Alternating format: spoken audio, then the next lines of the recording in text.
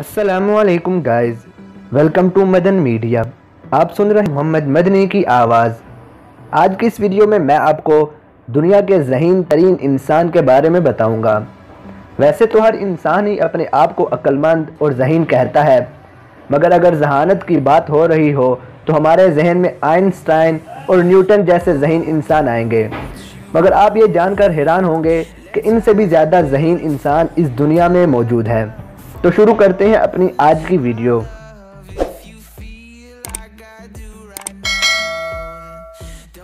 Albert Einstein का IQ level 160 था, Newton का 190 और फेसबुक के बानी मार्क ज़ुकरबर्ग का 152 है। दुनिया के ज़हीन तरीन लोगों के बारे में हर शख्स जानता है, लेकिन दुनिया में एक ऐसा शख्स भी गुजरा है जिसका आईक्यू लेवल इन लोगों से कहीं ज़्यादा था, मगर आज उसका नाम बहुत कम लोग जानते हैं। Brightside.me के मुताबिक इस शख्स का नाम विलियम जेम्स सेडीज था, जिसका आईक्यू लेवल 250 से 300 के दरमियान था और वो आज तक का दुनिया का सबसे ज़हीन आदमी समझा जाता है। वो माहिर रियाजी दान था जिसे कई ज़बानों और उनके कई लहजों पर अबूर हासिल था। वो एक खुदादाद सलाहियतों का हामिल मुसन्निफ। उसकी जहानत का अंदाज़ा आप इस बात से लगा सकते हैं कि महज 8 साल की उम्र में इसे 8 ज़बानों पर अबूर हासिल था। विलियम जेम्स 1898 में न्यूयॉर्क सिटी में पैदा हुआ। उसका बाप बोरस माहिर नफ्सियात था, जिसने हार्वर्ड यूनिवर्सिटी से 4 डिग्रियां ले रखी थी।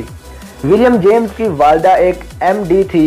इसके वालिदैन भी आली दिमाग थे, मगर विलियम जेम्स जहानत में उन्हें भी पीछे छोड़ गया। वो सिर्फ 18 माह की उम्र में न्यूयॉर्क टाइम्स पढ़ने के काबिल हो गया था।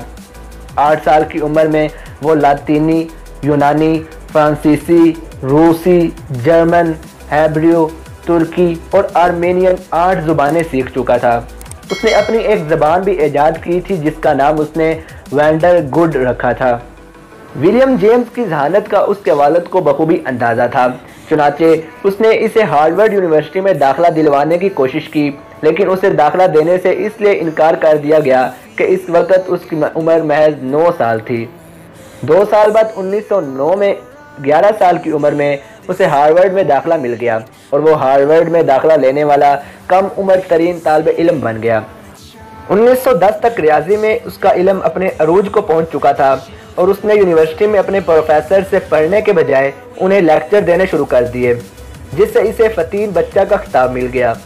उसने 16 साल की उम्र में बैचलर ऑफ आर्ट्स की डिग्री हासिल कर ली। विलियम जेम्स ने शोहरत से दूर रहते हुए एक परफेक्ट ज़िंदगी गुजारने का फैसला किया और यूँ उसका नाम उस दर्जे तक मारूफ ना हो पाया कि जितना होना चाहिए था। बचपन में वो सीखने का शौकीन था।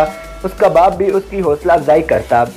वो अपनी माहिर नफ्सियात की महारत भी उस पर लगाता रहा ताकि वो आगे बढ़ता चला जाए, लेकिन जवान होकर विलियम जेम्स की सोच बदल गई और उसने अपने बाप को इसका मोर्ज इल्ज़ाम ठहरा दिया। 1923 में बोरस की मौत वाक़ई हुई तो विलियम ने उसकी आखिरी रसूमात में शरीक होने से ही इनकार कर दिया। ऐसा बला का ज़हीन होने के बावजूद विलियम जेम्स निचले दर्जे की क्लर्क की नौकरियां करता रहा।